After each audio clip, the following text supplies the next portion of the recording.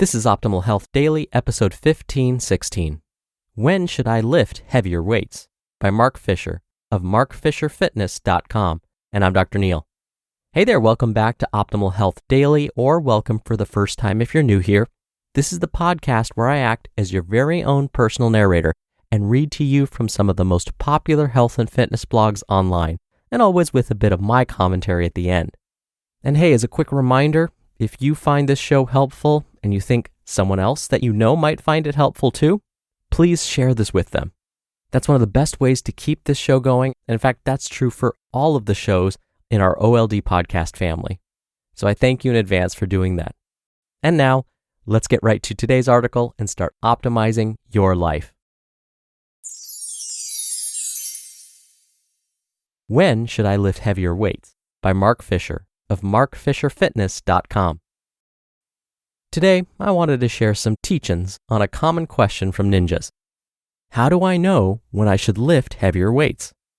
First, let's unpack why you'd want to go heavier with your weights.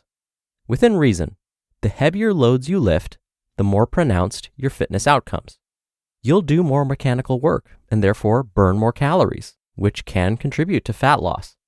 You'll provide a bigger global challenge to the body, which lead to a modest afterburn effect that increases total calories burned, as well as provides a training effect for the heart and nervous system.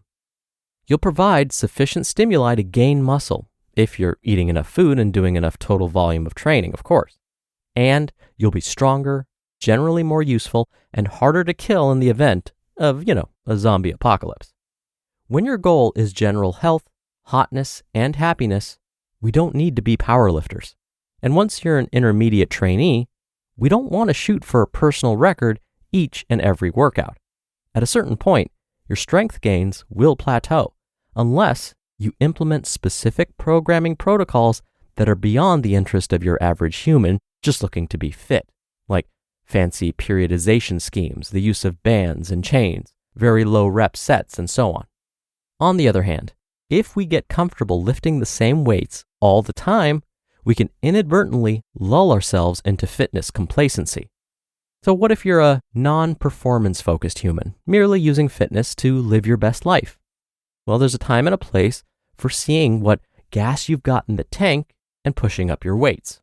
So let's now address this question. How do you know when the weight is too heavy? When you're using a well-designed program, you'll usually have a specific number of reps to hit in a given set when weight training. In classes, here at Mark Fisher Fitness, we often use time-based intervals. This is the same idea, but the goal is to be able to keep repping until the time for that set ends. How do we know when we should stop a set and not shoot for any more reps? Well, at Mark Fisher Fitness, we look for 3 things that suggest a set should end. While it's helpful to have an outside eye to keep you honest, you can also look out for any of the following 3 signs. 1. The weight slows down in a dramatic fashion. 2. The range of motion shortens and you're no longer doing complete repetitions. Or 3. You're unable to maintain solid technique. Now, this last one about technique is the most subjective, as there's room for debate as to how much variance you can allow with technique. On the other hand, if your technique is letter perfect on the very last rep, you are almost certainly lifting too light for a true working set. On the other hand, allow too much slop in your movement, and you can ingrain subpar movement patterns that can lead to injury over time. Furthermore, we don't want to push every single working set to failure. Again, this is all a bit subjective. This is why having a coach is so helpful. And with that, we return to our original question. How do I know when I should go heavier with my weights? Provided you're not seeing any of the previously mentioned signs that your set should stop, the best way to know is to periodically rep out. Let's say a set is prescribed for 10 repetitions. Your chosen weight feels kind of hard, but you suspect you may have more gas in the tank. This would be a great time to take a single set and see how many reps you can do before reaching failure and can no longer complete another repetition. Let's say you were truly only able to do 11 or 12 reps before reaching failure. well then maybe the weight you're using is okay. But let's say you were able to do 27 repetitions before reaching failure. Well, now it's definitely time to grab a heavier weight. Reminder, training to failure can serve its place in your training, but it will always have a cost on the body. We usually like ninjas to leave a rep or two in the tank most of the time for most fitness goals. So, while you can and should periodically rep out to make sure you're not lifting too light, don't get in the habit of doing this on every single set forever and ever, amen. A final point. There's a massive psychological element to the weights people choose. In my experience working with everyday humans, meaning non-performance focused athlete types, 20% of people tend to go too heavy, get too attached to numbers, and push past the point of acceptable technical degradation. Another 20% of people tend to choose the appropriate weight to create a solid training effect.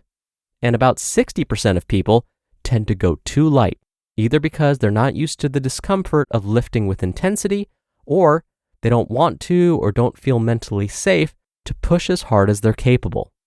And at the risk of making this all even more complicated, it's important to appreciate that too heavy or too light can be assessed best in light of progress towards the goal in question. A choice of weight could be too light to make you a successful powerlifter, but totally appropriate to build bone density and enough strength to live your personal best life. Admittedly, the observation of 20%, 20%, and 60% of gym goers is not a scientific breakdown, just my anecdotal experience. However, the key point is that some people do actually lift too heavy, and the majority probably lift too light. Happily, now you've got a framework for thinking about this and applying it to your training. Huzzah! You just listened to the post titled, "When Should I Lift Heavier Weights?" by Mark Fisher of markfisherfitness.com. You're here working on your own self-improvement, which can be tough. And if you're also putting in the work to hire the next great candidate for your business, it's easier than you think, especially with Indeed. Indeed is an unbelievably powerful hiring partner where you can attract, interview, and hire all in one place. Don't struggle on your own to find quality candidates. Indeed can help you hire the right people right now. Indeed partners with you on every step of the hiring process, so you can find talent with the skills you need through tools like Indeed Instant Match, assessments, and virtual interviews. With Instant Match, as soon as you sponsor a post, you get a short list of quality candidates whose resumes on Indeed match your job description, and you can even invite them to apply right away. I've encouraged my employers to use Indeed all the time, and every time it seems we find a quality candidate in record time. So get started right now with a $75 sponsored job credit to upgrade your job post at Indeed.com/health. Get a $75 credit at Indeed.com/health. Indeed.com/health. Offer valid through December 31st. Terms and conditions apply. Need to hire? You need Indeed. Dr. Neal here for my commentary.